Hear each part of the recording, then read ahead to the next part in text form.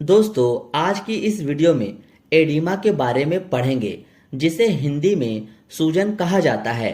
आज जानेंगे एडिमा होने के कारणों को, हो जाने के बाद क्या क्या साइन और सिम्टम हमें देखने को मिलते हैं, एडिमा में क्या ट्रीटमेंट होती है, यही सब के बारे में आज आसान शब्दों में समझेंगे।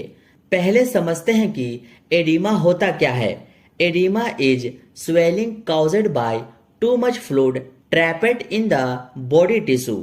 एडिमा शरीर के ऊतकों में बहुत अधिक तरल पदार्थ फंसने के कारण होने वाली सूजन है। Edema can affect any part of the body, but it's more likely to show up in the legs and feet. Edema शरीर के किसी भी हिस्से को प्रभावित कर सकती है, लेकिन इसके टांगों और पैरों में दिखने की अधिक संभावना होती है, जैसा कि आप इस इमेज में देखकर समझ सकते हैं। और हाँ दोस्तों, पूरी बॉडी में सूजन आ जाना एक लक्षण है जो बॉडी में किसी सीवियर डिजीज कंडीशन की ओर इशारा करता है। ये थी छोटी सी डेफिनेशन एडिमा के बारे में। आप इसका स्क्रीनशॉट ले लो। अब जानते हैं एडिमा होने के क्या क्या कारण हो सकते हैं, यानी कि किन कारणों से हमारे पैरों में सूजन देखने को मिलती है। तो वो कारण है heart disease, liver disease, blood disease, anaemia, lungs disease, renal disease या हिस्टेरिया। हमारे शरीर में इन सभी जगहों पर बीमारी होने से भी पैरों में सूजन देखने को मिल सकते हैं।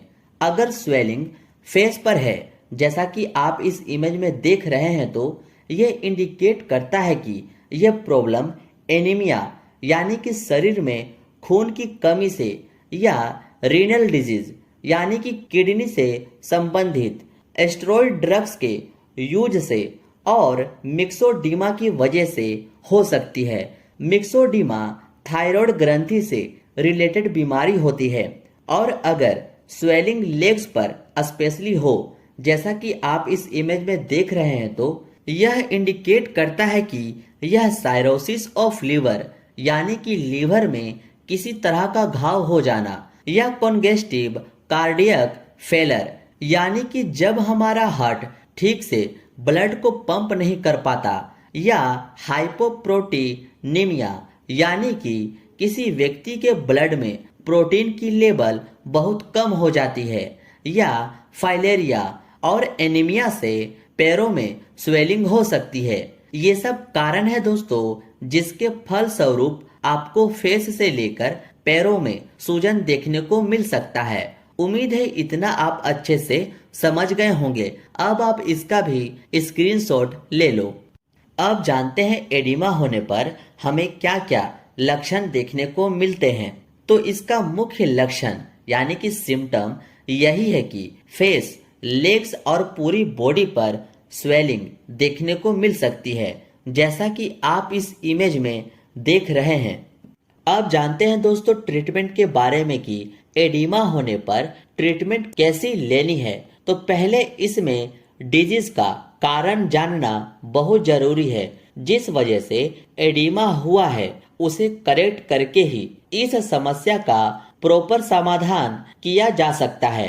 अगर समस्या कार्डियक डिजीज जैसे कॉन्जेस्टिव कार्डियक फेलर की वजह से हुई है, तो इससे सीसी का उपचार किया जाना चाहिए। अगर यह प्रॉब्लम साइरोसिस ऑफ लीवर की वजह से हुई है, तो इसे करेक्ट करें। अगर प्रॉब्लम एनीमिया के वजह से हुई है, तो उसे करेक्ट किया जाना चाहिए। अगर प्री मेंस्ट्रुएशन एडिमा है, तो उसे करेक्ट किया जाना चाहिए। अगर समस्या का कारण रीनल फंक्शन डिस्टर्बेंस है, तो यानी कि किडनी में कोई दिक्कत है, तो उसका समाधान पहले किया जाना चाहिए। इसके अलावा दोस्तों लेक्सिस नाम की टैबलेट आती है, जिसका कॉम्पोजिशन फ्रूसामाइड 14 mg होती है।